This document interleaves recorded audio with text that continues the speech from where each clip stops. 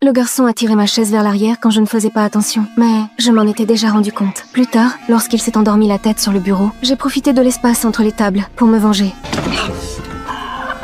Unbelievable. Tu jures? Il s'est immédiatement retrouvé dans une situation très gênante. À partir de ce moment-là, il n'a plus voulu rester passif pendant le nettoyage de la salle de classe. Il a volontairement placé un balai devant moi, mais son plan a échoué. C'est lui-même qui est tombé dans le piège. Je me suis moquée de lui en disant que ses petites manigances étaient vraiment trop enfantines. Sous l'effet de la colère, il a mis mes affaires en hauteur. Quand je me suis mise sur la pointe des pieds pour les attraper, tout est tombé par terre. Parmi les objets, un pendentif en jade s'est brisé. C'était le seul souvenir de mon père. Le garçon ne s'est pas excusé et m'a même regardé avec un regard moqueur. Je n'en ai plus pu supporter davantage.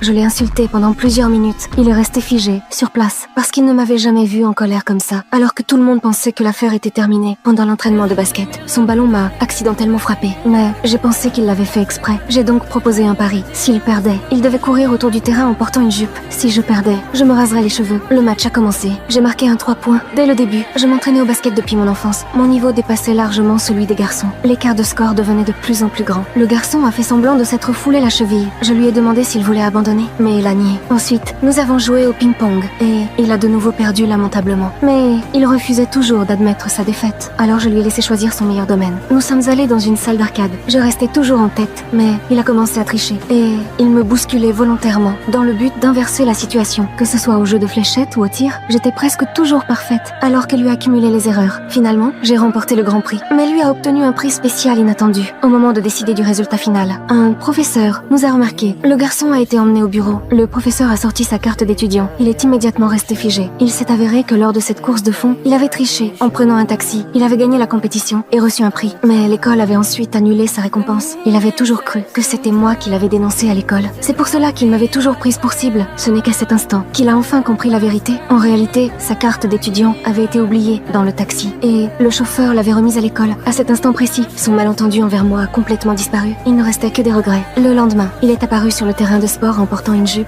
Il a respecté son pari. Il m'a présenté ses excuses. Je n'ai pas pu m'empêcher de rire. Et tous ces malentendus ont été dissipés.